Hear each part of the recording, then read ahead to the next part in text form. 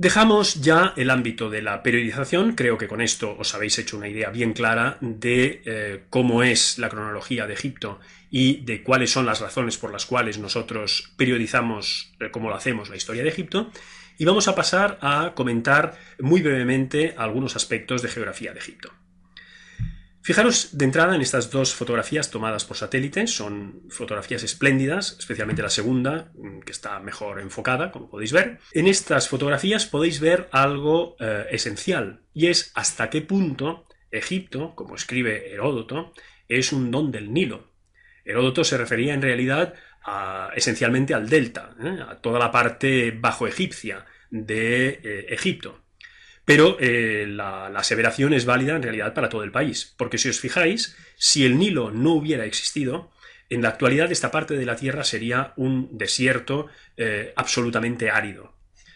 Si no lo es, si existe esta línea de tierra fértil y este amplio delta que se abre al Mediterráneo, es justamente por la existencia del río.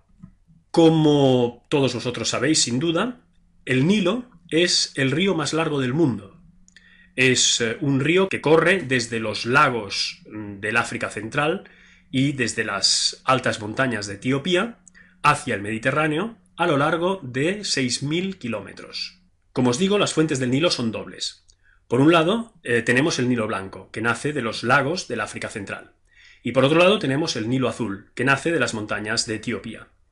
Estas dos ramas del Nilo se unen en lo que hoy es Jartum, la capital del Sudán del Norte, puesto que, como sabéis, el Sudán se ha dividido en dos recientemente.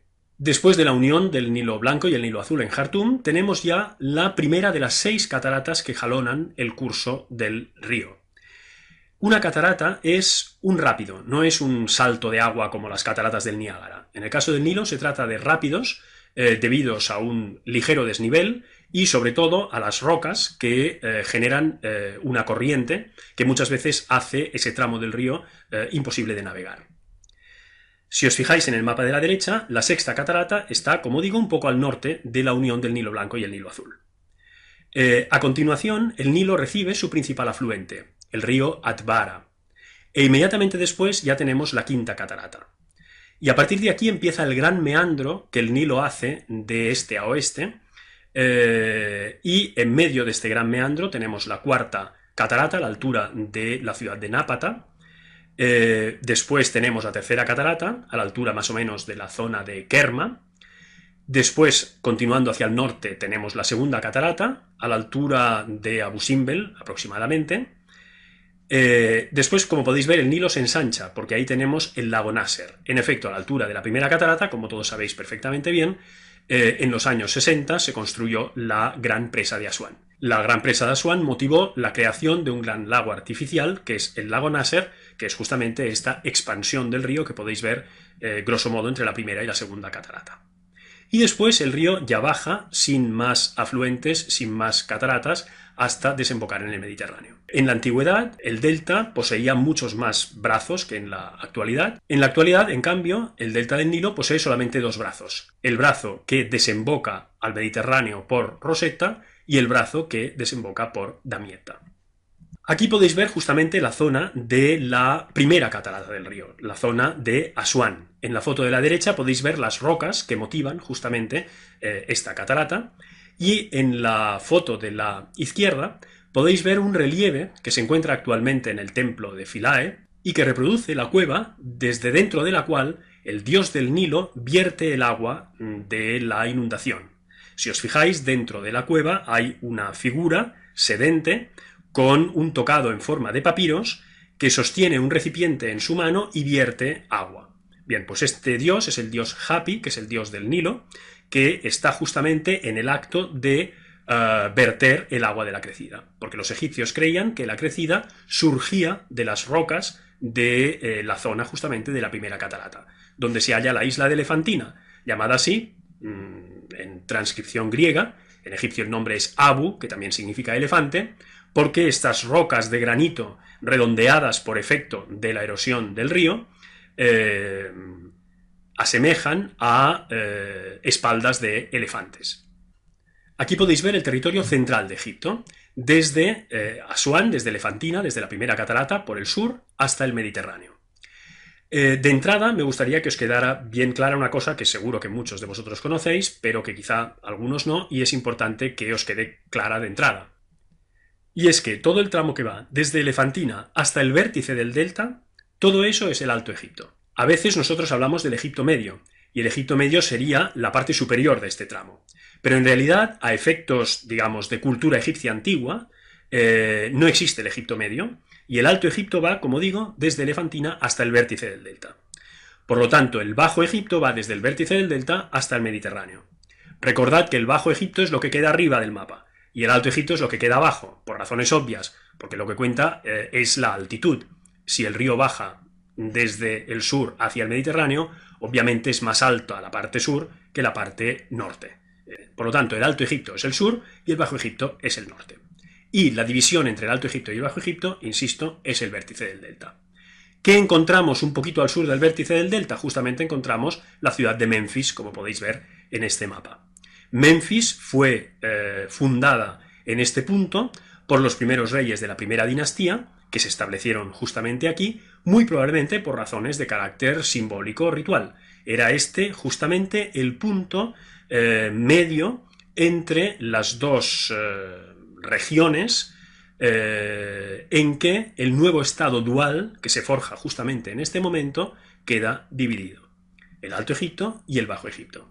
Estas dos porciones rápidamente tendrán símbolos heráldicos de una parte y de otra. Y como ya hemos visto, uno de los títulos de la realeza justamente se basa en esta dicotomía simbólica entre el Alto y el Bajo Egipto. Y sobre esto es importante que tengáis presente otra cosa. La idea de un estado dual, de un estado dividido en Alto y Bajo Egipto, no es una idea que venga dada por la realidad geográfica. Es una idea que viene dada por la proyección en el territorio de una estructura de tipo mítico. Para los egipcios, todo aquello que es perfecto lo es por la combinación de dos polos opuestos complementarios. En el momento en que los reyes de la primera dinastía se plantean cómo conceptualizar un estado que sienten como perfecto, como acabado, echan mano justamente de este motivo mítico, lo proyectan en el territorio y crean el estado dual.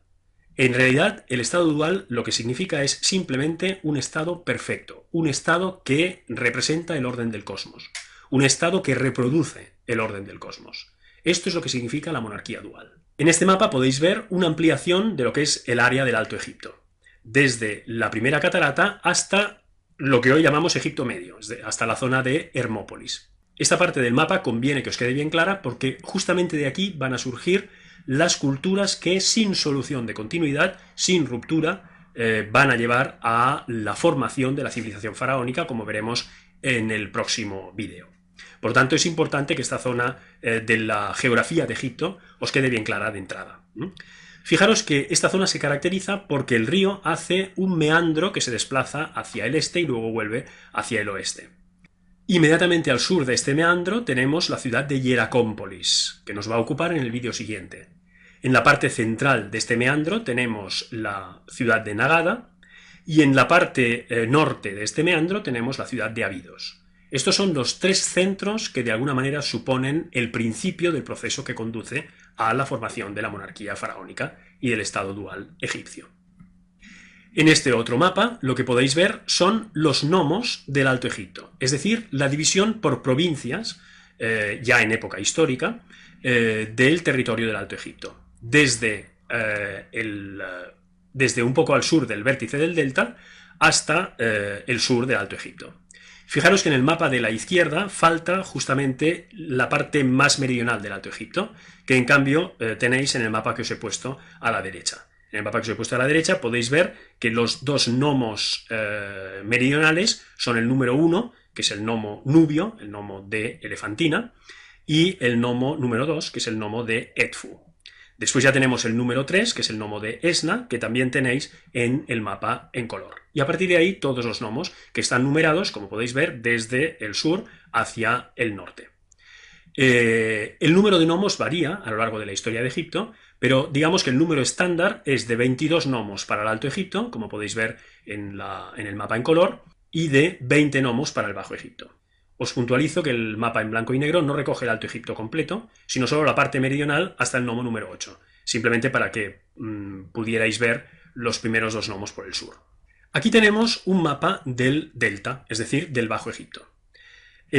Fijaros que un poquito al sur del vértice del delta tenemos justamente la ciudad de Menfis. Como os comentaba antes, la ciudad de Menfis de alguna forma es el punto medio entre el Alto Egipto y el Bajo Egipto. Y después tenemos todo lo que es el delta con sus distintas ramas. Como os he dicho antes, en la actualidad solo queda la rama que desemboca en Rosetta y la rama que desemboca en Damietta. En el centro del delta podéis ver algunas de las ciudades más importantes. En la parte occidental, por supuesto, Alejandría, que sin embargo es una ciudad tardía, como sabéis, fundada por Alejandro y por lo tanto no existe en época faraónica. Y ya en el centro del delta podéis ver ciudades como Sais, como Busiris, como Sebennytos, de donde es originario Manetón, como hemos comentado antes. Y en la parte ya oriental del delta podéis ver ciudades también tan importantes como Tanis o como Avaris, la capital de los Hicsos. Es importante que recordéis la localización de estas ciudades porque constantemente hablaremos de ellas a lo largo del curso y vale la pena que sepáis exactamente dónde localizarlas. Fijaros finalmente que en la zona de Menfis tenemos toda una serie de localidades cuyos nombres sin duda conocéis perfectamente bien: Giza, Abusir, Saqqara, Dashur. Son todas las localidades donde se levantan las pirámides del reino antiguo. Esta es efectivamente la necrópolis menfita. La necrópolis menfita consiste básicamente en las grandes sepulturas piramidales de los reyes del reino antiguo y del reino medio. Y en este otro mapa en color podéis ver los nomos del Bajo Egipto. En realidad, si os fijáis bien, falta el nomo número 1. El nomo número 1 es el nomo de Menfis. En este mapa han olvidado colocar el número, pero es el nomo de Menfis. Por lo tanto, el nomo de Menfis forma parte del Bajo Egipto. Como os decía antes, el número estándar de nomos del Bajo Egipto es de 20. Tanto en este mapa como en el de los nomos del Alto Egipto que hemos visto hace un momento, podéis ver también la densidad de población en un momento concreto de la historia de Egipto como es el Reino Nuevo.